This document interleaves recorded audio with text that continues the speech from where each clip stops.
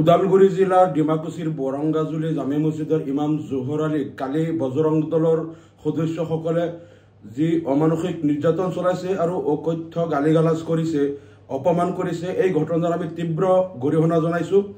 কালি ডিমাকুছি বজাৰত গৈ থাকোঁতে এই ইমামজনক বজৰং দলৰ 10-15 জন সদস্যই ৰাজপথত আগচি ধৰি তেওঁক যেনেকৈ শাৰীৰিক অপদস্থ কৰিছে, মাৰপিট কৰিছে, মূৰৰ টুপি খুলি নি ভৰিৰে গচকিছে আৰু ধৰ্মৰ নাম লৈ তেওঁক গালিগালাজ কৰিছে, অসমত থাকিলে টুপি পিন্ধিব নোৱাৰিব বুলি ভাবুকি দিছে।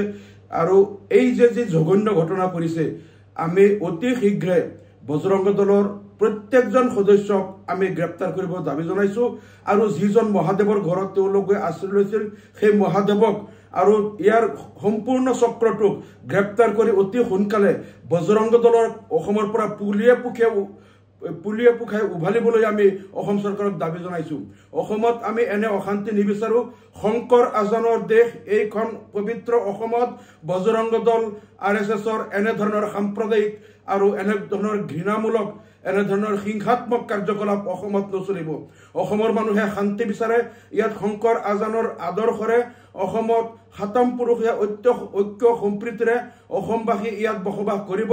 উত্তৰ ভাৰতৰ নিচিনা ইয়াত UP, গুজৰাট, বিহাৰৰ নিচিনা তেওঁলোকে সাম্প্ৰদায়িক হিংসাত্মক কাৰ্যকলাপ চলাবলৈ অসমবাসীয়ে কেতিয়াও ইয়াত অনুমতি নিদিয়ে। আমি এনেধৰণৰ হিন্দু ৰাষ্ট্ৰ নিবিচাৰোঁ। অসমৰ কোনো মানুহে এনে হিংসাত্মক হিন্দু ৰাষ্ট্ৰ নিবিচাৰে, যি হিন্দু ৰাষ্ট্ৰত ধৰ্মৰ নামত অন্য ধৰ্মৰ লোকক মাৰপিট কৰা হয়, তেওঁলোকৰ ধৰ্মক অপমান কৰা হয়, তেওঁলোকৰ মছজিদৰ ওপৰত গৈ নাচি বাগি গেৰুৱা পতাকা উঠোৱা হয়, মছজিদত আক্ৰমণ কৰা হয়, ইমামক আক্ৰমণ কৰা হয়, টুপি আনি গচকি দিয়া হয়, এনেকৈ ধৰ্মৰ নামত ভেদাভেদ হিংসাত্মক কাৰ্যকলাপ এই হিন্দু ৰাষ্ট্ৰ অসমবাসীয়ে নিবিচাৰে। গতিকে বজৰং দল অসম আৰু RSSৰ অসমত কাম নাই।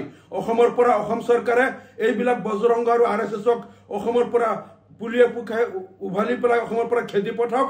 অসমত এনেদৰে হিংসাত্মক কাৰ্যকলাপ নচলিব। অসমত চলিব শান্তি সম্প্ৰীতি মানৱতাৰ জয়গান।